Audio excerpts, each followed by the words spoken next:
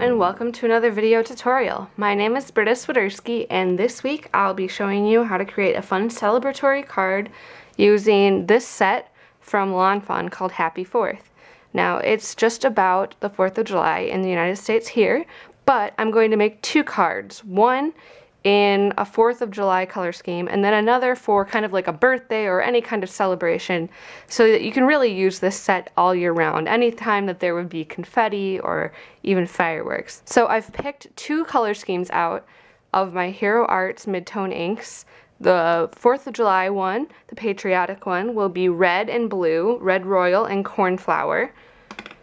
And then the celebratory birthday one will be bubblegum, mint julep, and fresh peach. And I'm going to start out by stamping the fireworks onto my white cardstock base. So I already have some cards ready to go. And this will be an all-over pattern, and we'll be using vellum to help pop up the rest of our card after we're done stamping the pattern. So we're just going to create some pattern paper using some awesome Hero Arts inks and this stamp set from Fawn. So let's get started. So I'll start by stamping some of the blue fireworks first on my first card. And I want to just work in a triangular pattern, leaving room for the red. So I'll stamp this about 3 more times. And now I'll go back in with the red royal. And then I'll fill in some of the spaces with the blue. And then back with the red again and the smaller firework. And now I'll clean off my stamps and do the exact same thing with 3 different colors on the other card base. So we have our backgrounds all set and ready to go. And now I'm going to work on the vellum that's going to go over top of them. So I want the pattern to show through, but I want to be able to put a sentiment on my card too and not have it be overwhelmed by the loud pattern. So what I'm going to do is die cut a vellum window on the inside out of the Fawn Star Stackables. This is the set of Stackables here, and I'm going to use the second biggest one, I think, to cut out a nice big frame, and then I'll be able to highlight my sentiment. So what I'll do is I'll just use some washi tape to tape down my star and then run it through my die cut machine, creating this nice little window. Now, if you've ever used vellum before, you know that vellum can be tricky to adhere because your adhesive will likely show through.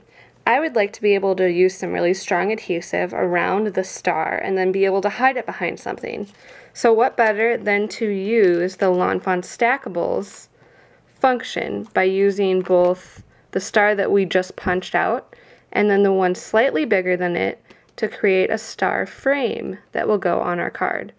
And this will hide all the adhesive behind it. This gold paper is from Silhouette, and it's meant to be run through the silhouette, but I think it will work just fine in a die cutting machine since it's pretty thin.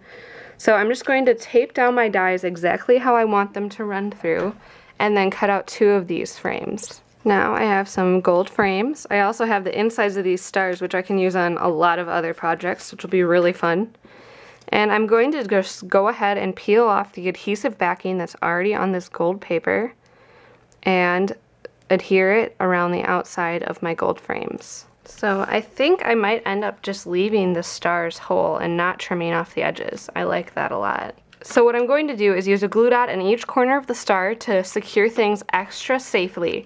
But I'm also going to use this plus glue tape runner that's really, really thin, which will allow me to go right along this edge without the mess of liquid glue. I think I will also just round the corners of my vellum with the 1/4 inch on my corner chopper, just to make it less likely to snag on anything, since the corners won't be adhered down. And now I can go ahead and stick these down to my card bases.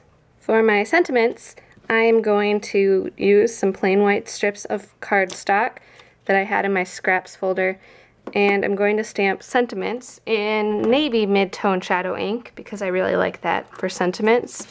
I'm going to use the Your Star from the Lucky Stars collection. I could use the Let's Celebrate one, but I wanted to, you know, switch things up a little bit. And then the Happy 4th of July on the other card. Just going to stamp these in navy and then cut out probably little banner ends in the ends. Now I've gone ahead and added some foam adhesive to the back of my sentiments. Just going to center them over the stars. And then for a little bit more embellishment and an opportunity to hide a couple of dots of adhesive in the corners here, I'm going to add some sequins to the vellum.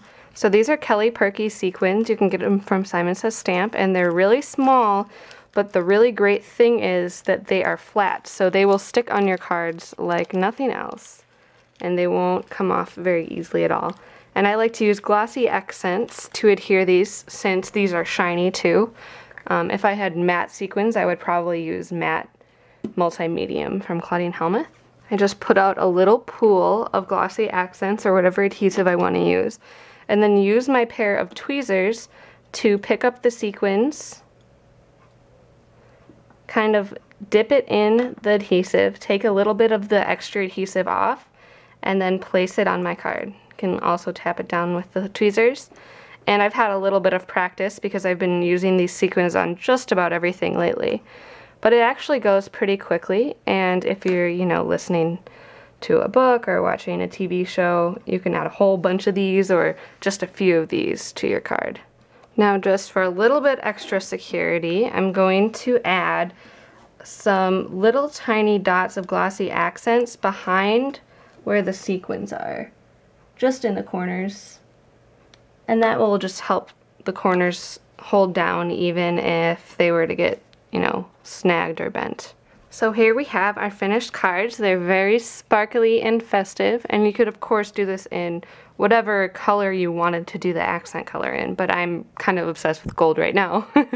And then this is the other one, the congratulatory one. That doesn't necessarily have to be for a holiday. Thanks so much for watching the video tutorial this week. I actually have a special surprise this week until July 7th, 2013. I'll put a link below this video and also on the screen here.